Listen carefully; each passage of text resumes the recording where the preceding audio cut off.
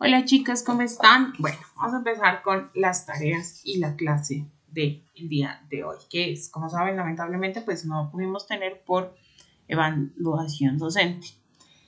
Les voy a dejar dos tareitas, son pues no largas, pero sí de tiempito y de cómo empezar como a cranear y a pensar lo que se está haciendo. Bueno, hoy es 25, el próximo jueves 1 de abril es Semana Santa, es Jueves Santo, y ya nos veríamos el 8 de abril.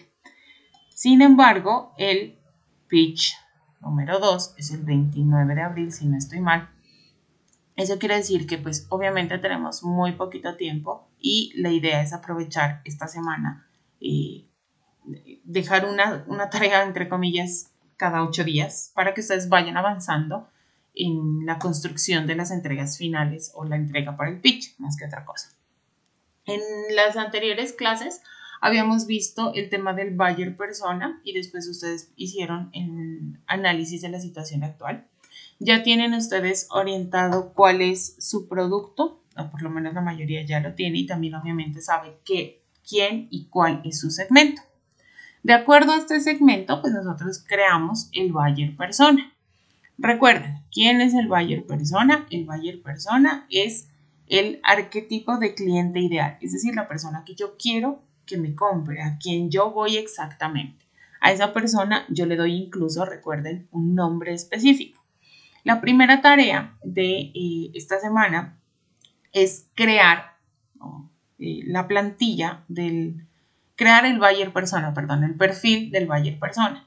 Y para eso tenemos dos elementos. El primero, que es una plantilla en Excel, que es bastante amplia, donde ustedes van a llenar todos los datos que se les pide sobre el buyer persona y que cuando sea el pitch, lo que van a hacer ustedes es presentar al buyer persona así, en una ficha. Entonces, primero que todo, la plantilla de Excel la encuentran aquí en actividades, en recursos extra, aquí en formato del buyer persona. Este es un formato bastante larguito, no es difícil de llenar. Aquí están los ejemplos, ¿no? Aquí estaría el ejemplo. Ustedes recuerdan, tienen que ponerle un nombre, incluso una edad estándar del arquetipo específico de cliente al que van a ir. Entonces van a llenar todos estos datos, la pestaña 1 y pestaña 2. Dentro de estos, por ejemplo, hay alguna parte en la que se habla de la decisión de compra, las palabras claves y demás. Y para fortalecer ese tema, que recuerden que yo les decía que las palabras claves se utilizan en la búsqueda de Google, de Facebook, de Instagram y demás, les dejo aquí en recursos extra también esta guía de selección de palabras claves, estas dos, que les pueden obviamente ayudar a orientar. Eso por un lado, esa era la primera tarea que quería contarles y les voy a mostrar o vamos a ver la clase en este momento de la construcción del contenido, ¿de acuerdo? Entonces vamos a hablar sobre narrativa transmedia. Vamos a tener el día de hoy el tema de construcción de el contenido, ¿vale? Para empezar a que ustedes empiecen a desarrollar ya el contenido y ciertas estrategias y herramientas listas para el segundo pitch. Entonces vamos a iniciar con la parte del building de contenidos. Bueno, ustedes ya definieron su buyer persona, pues ustedes ya saben quién es. A ese buyer persona le van a generar también, esta es una actividad que voy a entregar dentro de 8 días, el mapa de empatía. Este mapa de empatía ustedes ya lo trabajaron conmigo en cuarto y el profe Daniel al principio de este semestre con la reunión con la Cámara de Comercio e Innovación les explicó el mapa mental. Entonces ya tenemos aquí a Erika, nuestra buyer persona, y ustedes van a desarrollar esto, ¿no? ¿Qué piensa, qué siente, qué ve, qué oye, qué dice, qué hace? El esfuerzo y el resultado. Es importante que nosotros realicemos este mapa y realicemos ese análisis del buyer persona para poder saber cómo vamos a ir creando el contenido y qué temáticas obviamente vamos a manejar dentro de este contenido. Entonces, teniendo en cuenta esto, vamos a hacer un paréntesis dentro de el manejo del contenido y vamos a irnos un poquito hacia atrás, hacia la marca. ¿Por qué? Porque yo necesito saber para crear el contenido qué es mi marca, a qué se dedica, cómo es mi marca y cómo es mi público, mi buyer persona. Entonces la buyer persona ya la tenemos. ¿Qué es la marca? Ya lo tenemos. Pero no sabemos muy bien cuál es la esencia, ¿no? No hemos identificado esa esencia de la marca. Es por eso que vamos a hacer este paréntesis y vamos a hablar un poquito sobre el ADN de la marca. Ustedes tienen que identificar el ADN de la marca es la estructura de la esencia de la marca, cómo es, cómo se forma. Funciona de la misma forma que funciona el ADN en nosotros. Entonces nosotros tenemos el cabello, la altura, los ojos, el tono de la voz, incluso temas como la alegría, la forma de reírse, cuántas veces uno se ríe.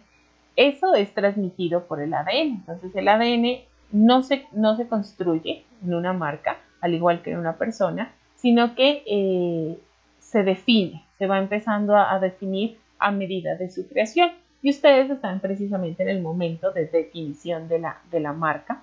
Entonces estamos construyendo. ¿Qué mejor momento para empezar a definir cuál es el ADN de la marca? Para este ADN influye también toda la parte de la cultura, de la herencia, de dónde viene, cuáles son sus intenciones, ¿no? Dentro del mercado y demás. Entonces, este ADN a mí me genera unos elementos específicos que me empieza a coincidir, de hecho, con el buyer persona. Recuerden que la marca es prácticamente un ser vivo, o nosotros lo consideramos como un ser vivo, y es así, o con este término, que entendemos que la marca se concibe, nace, crece, se desarrolla y muere. Ese es el ciclo de vida de la marca. Entonces, por eso nosotros decimos que también es un ser vivo. Ese ser vivo tiene una sumatoria de valores, ¿no? O sea, la marca es la sumatoria de los valores funcionales y valores experienciales, valores filosóficos, bueno, en fin. Estos valores deben ser transmitidos al consumidor generando experiencias para que así tenga el tipo de posicionamiento que nosotros queremos que la marca tenga, obviamente. Entonces, estos valores y este ADN de la marca se transmite, en este caso, por medio del contenido, es decir, el elemento promocional o comunicacional. ¿Cómo definimos cómo es la marca? Pues lo definimos por medio de esta matriz de ADN de la marca, donde tenemos dos cuadrantes, racional y emocional, y cada uno está dividido en dos. Entonces, aquí ponemos la marca y empezamos a hacer este análisis de qué es y cómo se mueve la marca. Entonces, ¿qué hace la marca por mí? La marca por mí como consumidor lo que hace es darme elegancia, son hechos reales, ¿no? Medibles, darme, no sé, estilo o darme esa sensación ambientalista porque es algo eco. ¿Cómo me habla? Esto habla más de la parte de comunicación. Entonces recuerden cuando nosotros estábamos en cuarto semestre hace un año y les decía el tono, ¿no? El volumen y demás. Eso, por aquí va. Entonces, ¿cómo habla la marca? ¿Cómo se presenta hacia su usuario? Entonces, se presenta de una forma divertida, casual, cosmopolitan, cool, no sé, bueno, con un tono alto, con un volumen alto, por ejemplo, y un tono alegre. En la parte emocional, cómo me siento usando la marca, es decir, cómo el usuario se va a sentir usando la marca. Entonces me va a hacer sentir orgulloso, me va a hacer sentir que todos me miran, por ejemplo, o que soy un ejemplo para la sociedad. Y cómo me ven las demás personas cuando lo uso. Entonces, ¿cuál es la percepción del resto del público cuando ven al usuario usando nuestra marca? Aquí les tengo un ejemplo de Levi's. Entonces, ¿qué hace la marca por mí? La marca me da confianza, me da calidad, es confortable, me da libertad, me da facilidad, me da una marca de mucho tiempo. ¿Cómo me habla? Me habla de forma honesta, de forma directa, como atemporal, ¿no? Sin tiempo, es decir, sin moda, sino como muy contemporáneo. Me organiza y es de una forma cosmopolita. ¿Cómo me hace sentir? Me hace sentir confiado, seguro de mí mismo, con un buen valor, elegante, que estoy vistiendo algo clásico de los Estados Unidos, porque pues Levi's es ese tipo de marca, ¿no? Y cool. ¿Y cómo me ven los demás cuando yo utilizo esa marca? Me ven conservadora, pero también extrovertido. Me ven práctica, me ven ecléctica, me ven que soy una persona que no tomo riesgos porque soy clásica, ¿no? Que me visto de una forma funcional. Este elemento deben desarrollarlo ustedes para su marca. Por ejemplo, cuando yo digo, ¿qué hace la marca Póker por mí? La marca Póker por mí me da alcohol a bajo presupuesto, a bajo costo, porque es más económica. Vamos a hacer solo un ejemplo con cada uno. ¿Cómo me habla? Me habla de una forma divertida y casual, con amigos. ¿Cómo me siento al usar la marca? Me siento bien porque siento que expreso momentos o me siento con amigos, me siento de una forma divertida. ¿Y cómo me ven las personas cuando yo la uso? Entonces me ven que me gusta la cerveza, que me gusta el trago. Puede ser que además de eso no tengo poder adquisitivo alto porque el póker es barato, como lo decimos acá, pero también me ven con amigos, me ven social. Entonces, eso es lo que ustedes deben hacer con su marca, ¿no? E identificar ese ADN. Esto lo vemos muy fácilmente en el ejemplo de la marca Ramo. El ADN de la marca Ramo es familia, es amor, es una marca que se vende siendo muy colombiana y la filosofía, de hecho, de la misma empresa es de esa forma. De hecho, hace poco hicieron el cambio del nombre de Chocorramo y de varios de sus productos por frases o nombres alentadores, porque ellos manejan todo ese ADN del amor, del cariño, de la paz, de ser colombiano, ¿no? Por eso maneja, pues, obviamente estos colores.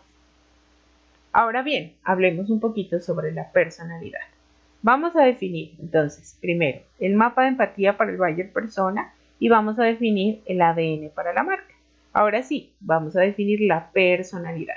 Si bien la marca tiene ciertos elementos específicos que lo da su ADN, la personalidad habla un poco más de su desarrollo y de cómo se comporta en los entornos y con los diferentes grupos de interés, es decir, con los diferentes stakeholders. Eso lo vemos nosotros, ¿no? Entonces, nosotros tenemos una personalidad con nuestros amigos, una personalidad con nuestros profesores, otra con nuestra familia.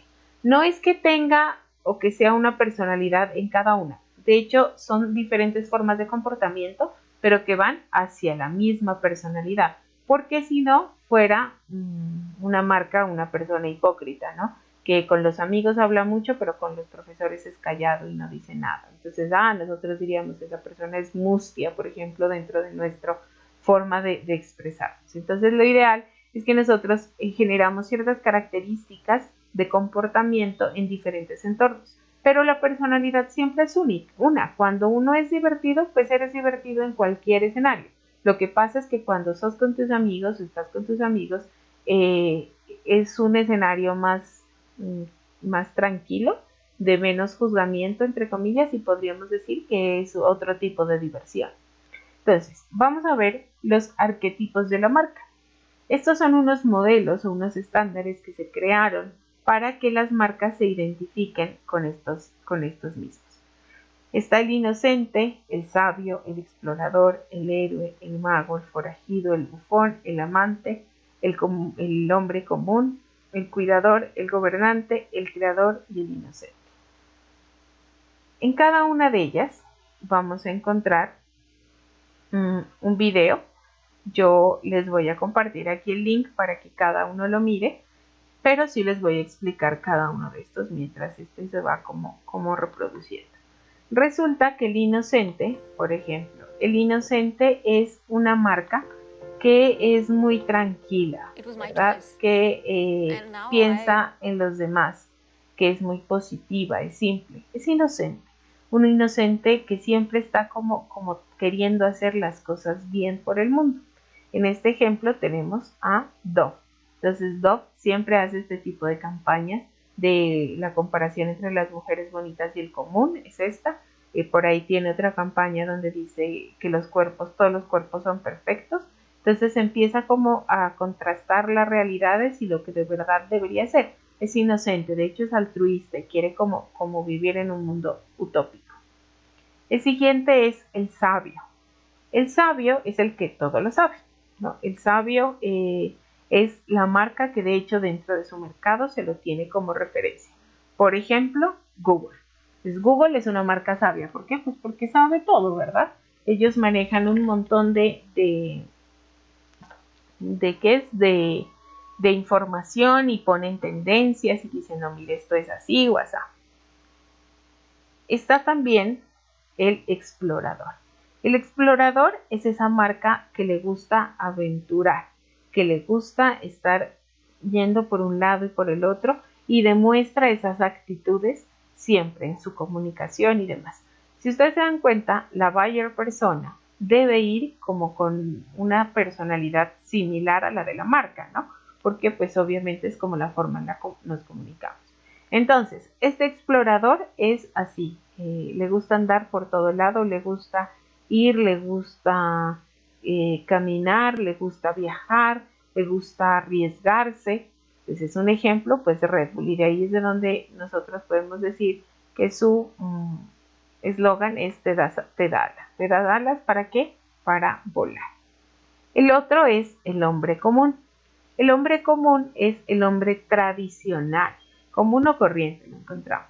Es la marca que logra identificarse con las personas del común. Entonces muestra y se comunica de formas muy tradicionales donde la gente se representa y se identifica fácilmente. Entonces muestra y habla de cosas cotidianas, de la vida normal, y lo que permite este tipo de arquetipo es realmente un enganche o un engagement bastante sencillo. Un ejemplo es IKEA. Está también el cuidador. El cuidador es la madre, ¿no? O el altruista. Es decir, la marca que siempre habla de cuidar a su consumidor. Son pocas las marcas que hacen esto, pero sí hay varias marcas que te dicen, mira, cuídate por esto, por esto y por esto, está pendiente, los protege, los hace sentir seguros y demás. Está el amante. Este arquetipo de marca casi siempre se utiliza en las marcas de belleza.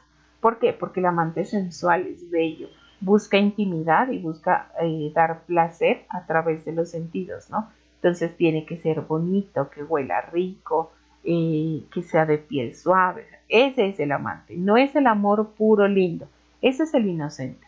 El amante es apasionado, de hecho, es lo que hablamos nosotros del tema de pasión y sensualidad. Por eso es que la mayoría de marcas que tienen este arquetipo son marcas de artículos de belleza, porque es más fácil relacionarlos. Está el bufón. Entonces, el bufón es el gracioso. No necesariamente porque sea gracioso siendo pues burlón o siendo tonto. Pues hay diferentes formas de ser el bufón o de ser divertido, ¿no? Entonces puede ser el bufón que se burla de la gente, como Netflix, que es un bufón así que hace bullying. Puede ser un bufón como este, que es divertido pero muy familiar.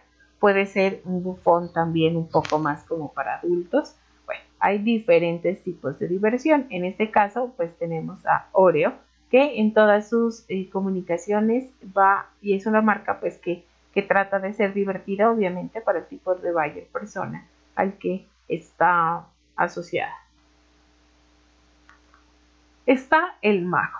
El mago es el arquetipo que hace fantasías. El ejemplo perfecto es Axe, porque entonces, según Axe, cuando tú te echas el Axe, las mujeres caen del cielo. Cuando te echas Axe, las mujeres te persiguen por todo lado.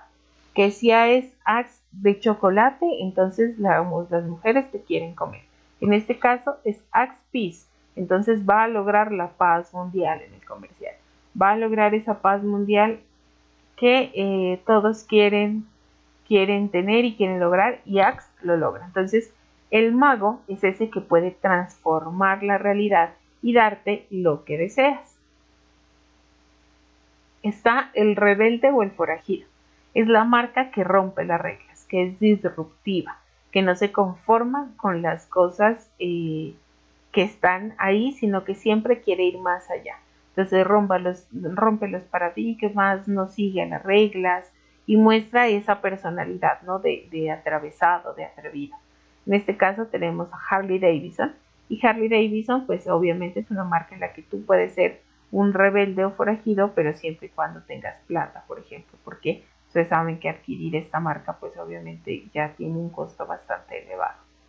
Está también el héroe.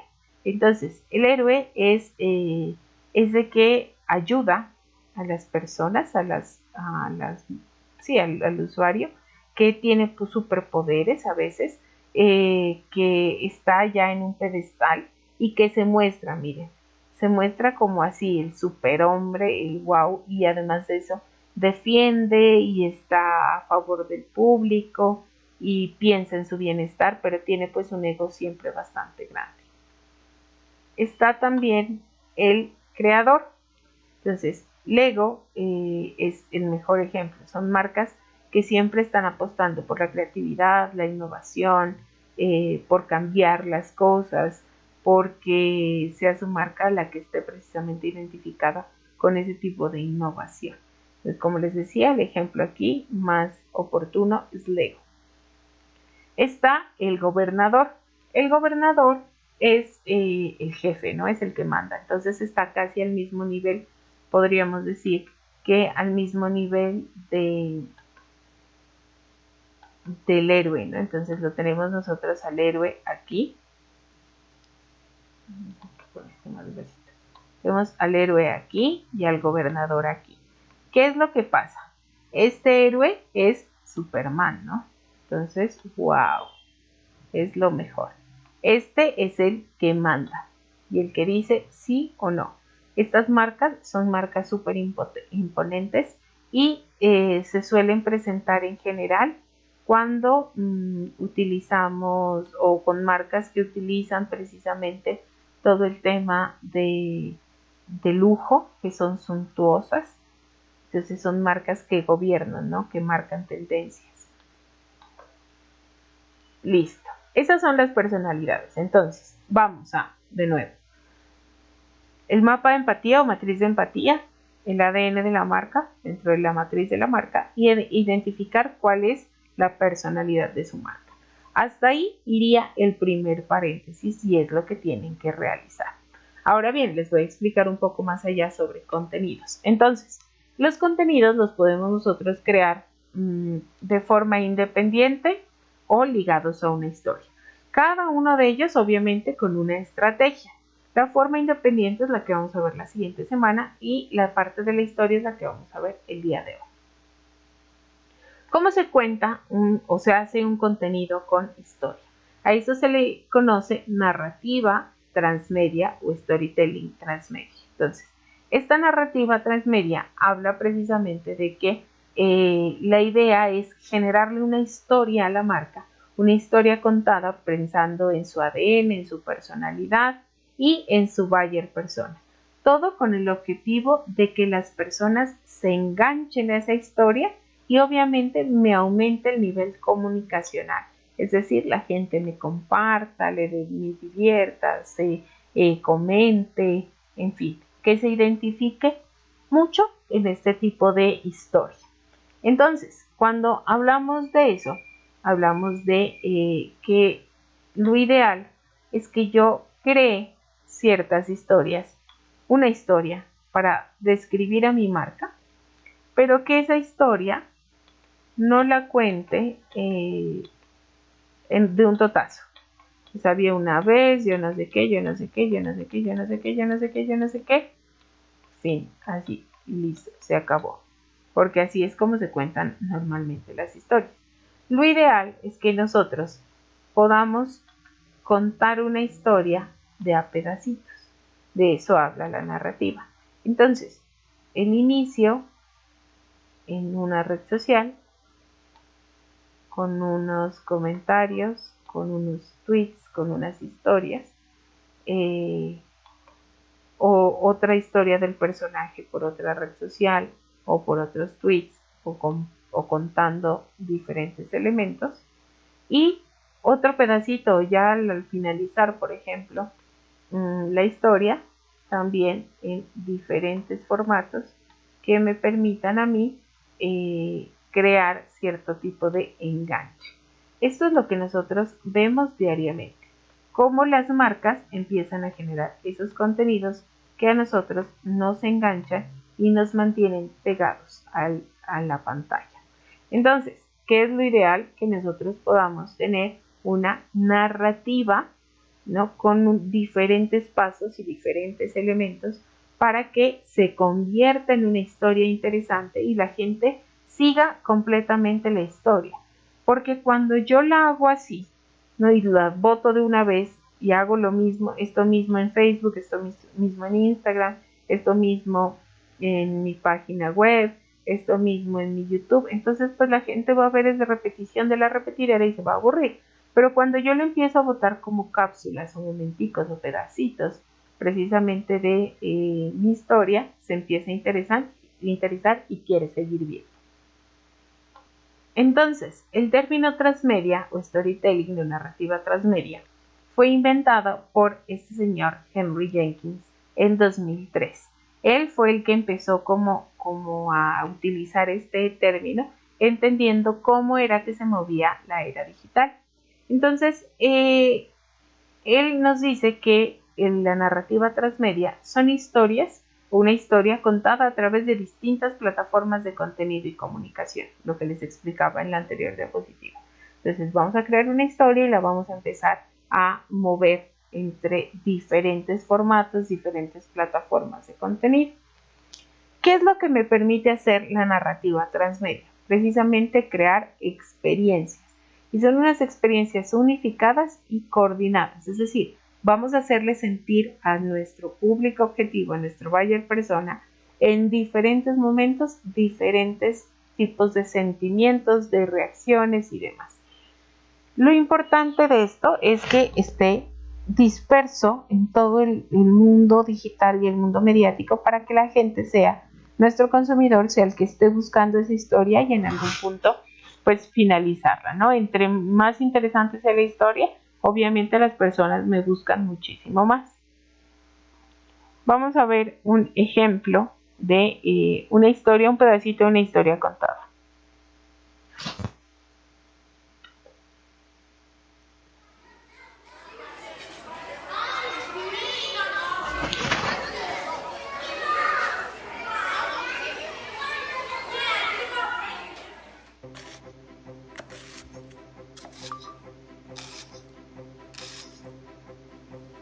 I like it.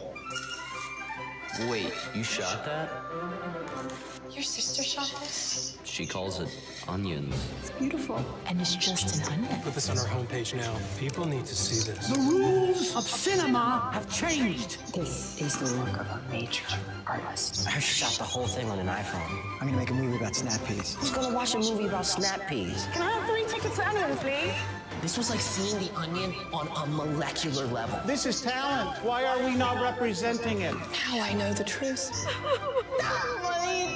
Okay, on an iPhone. Wake up, people! That's poetry. And the winner is, no surprise here, onions.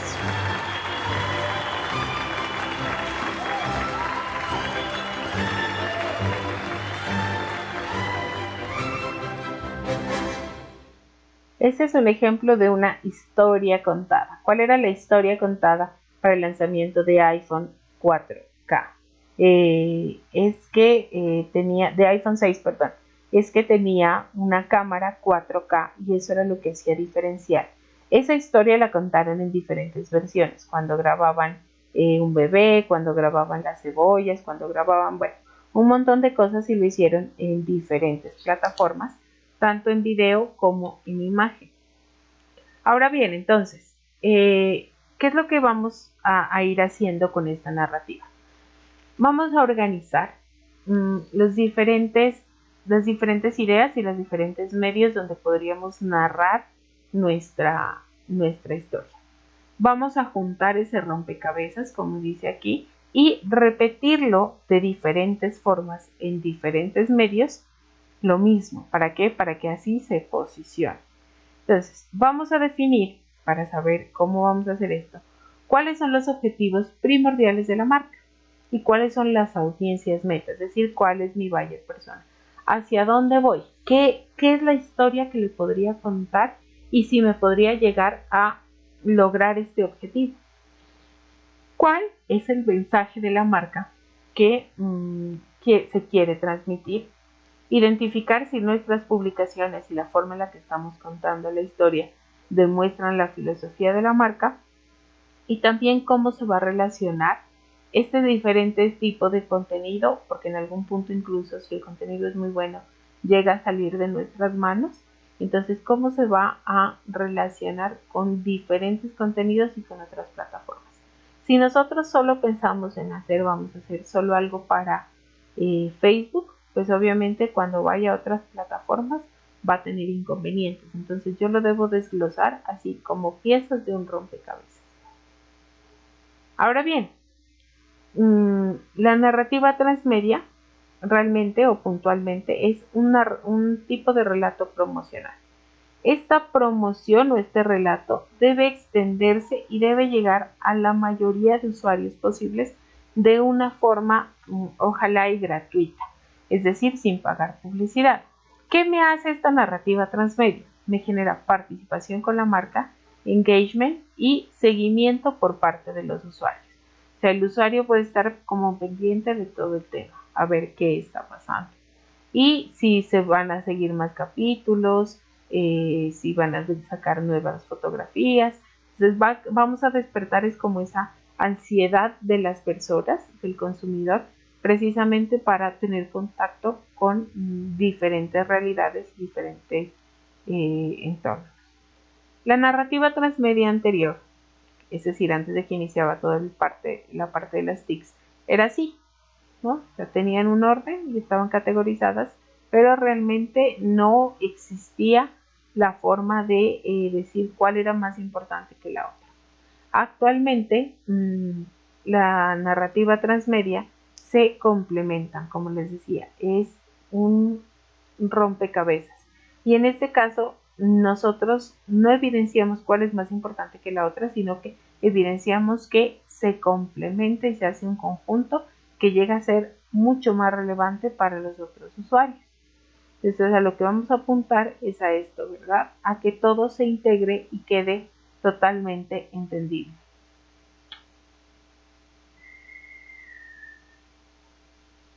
Bueno, aquí les dejo este video de Henry Jenkins sobre precisamente transmedia y él fue quien creó el término, entonces se los dejo para que por favor lo miren y lo escuchen atentamente. Entonces, la narrativa transmedia tiene 7 principios fundamentales. La primera es la expansión y la profundidad, es decir, la capacidad que tiene el contenido que nosotros creamos, ¿no? Esa narrativa, esa historia de moverse viralmente, es decir, de ser tan buena que la gente lo empiece a replicar en todos los medios que ellos quieran y que les guste, y la capacidad de profundidad, de que el usuario, el consumidor, mire profundamente y se dé cuenta de cada detalle de la historia para de pronto seguir los pasos, para incluso criticar o para simplemente asombrarse. La otra es la inmersión versus la extrabilidad. Este principio habla de la capacidad de que las personas se metan tanto en la historia que identifiquen ciertos elementos de su vida cotidiana en la historia que se está contando.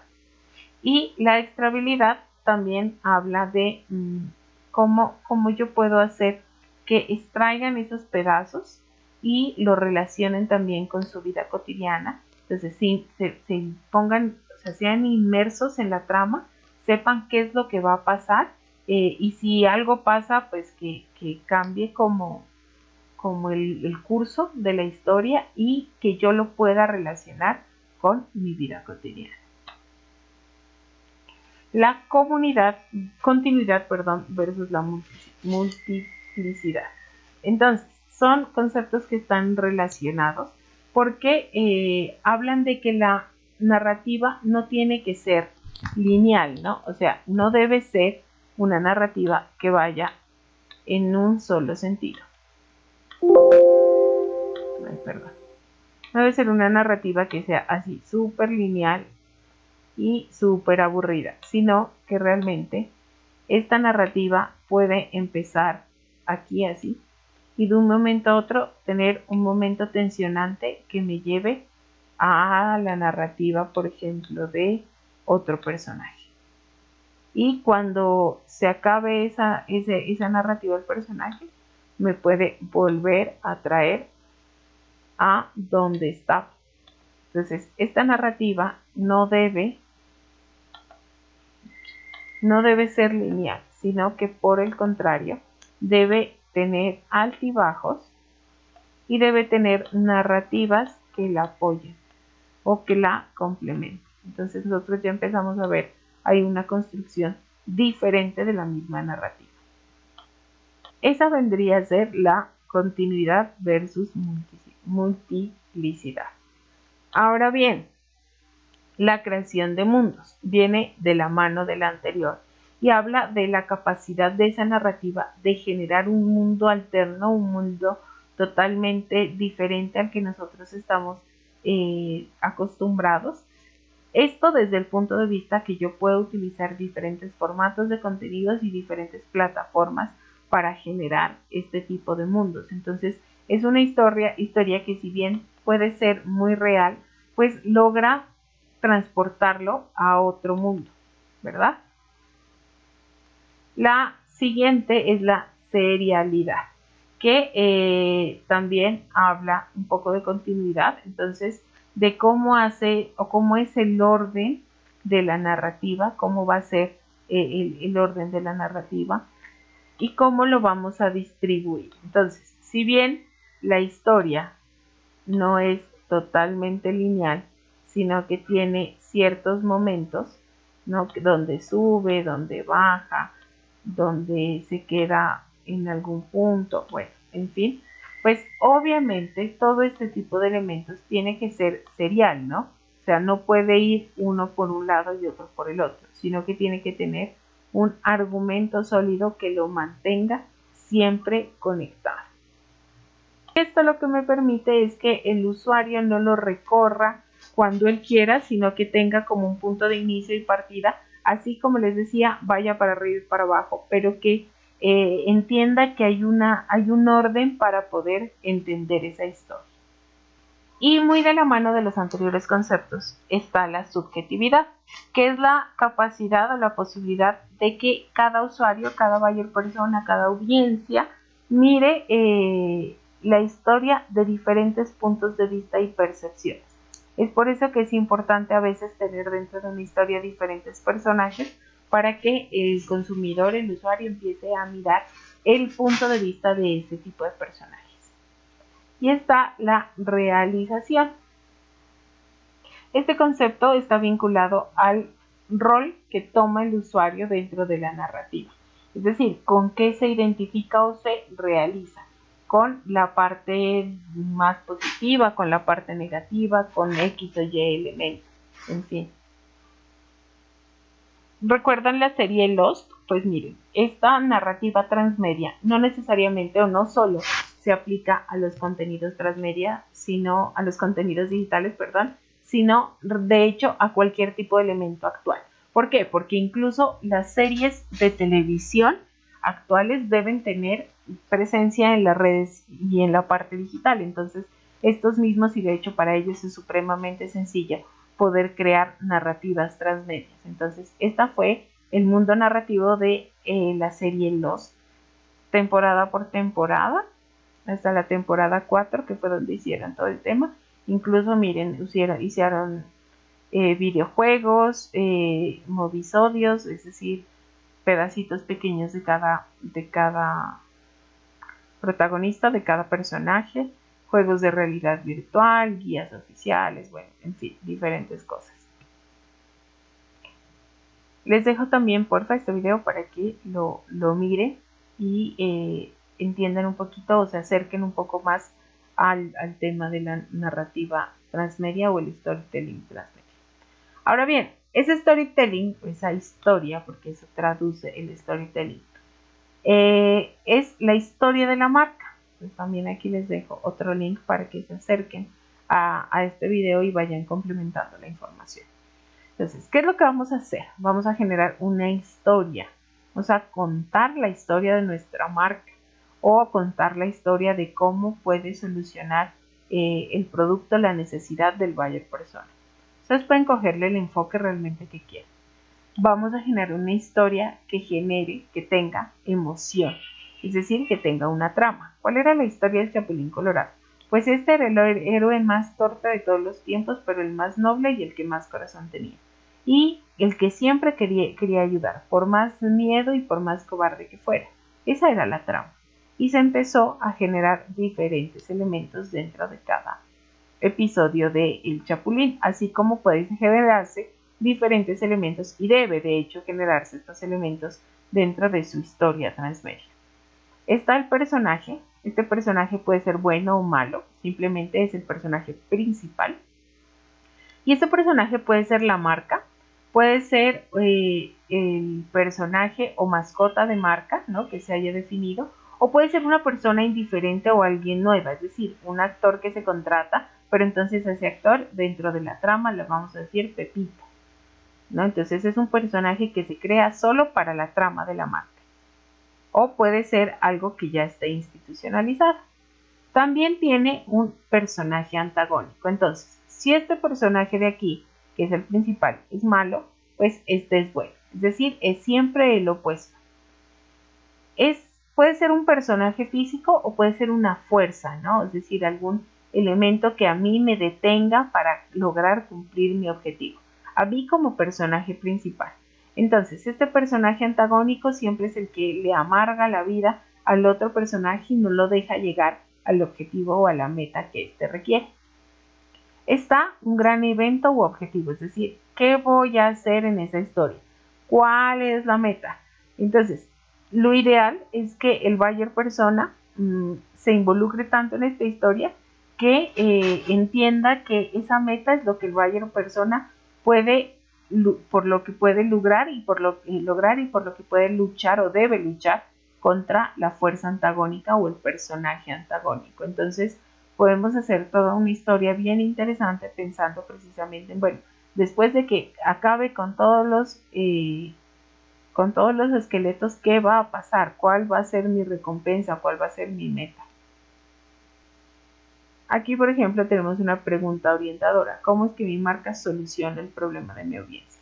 Esta pregunta orientadora es la más efectiva para poder lograr o establecer más bien una meta dentro de la historia.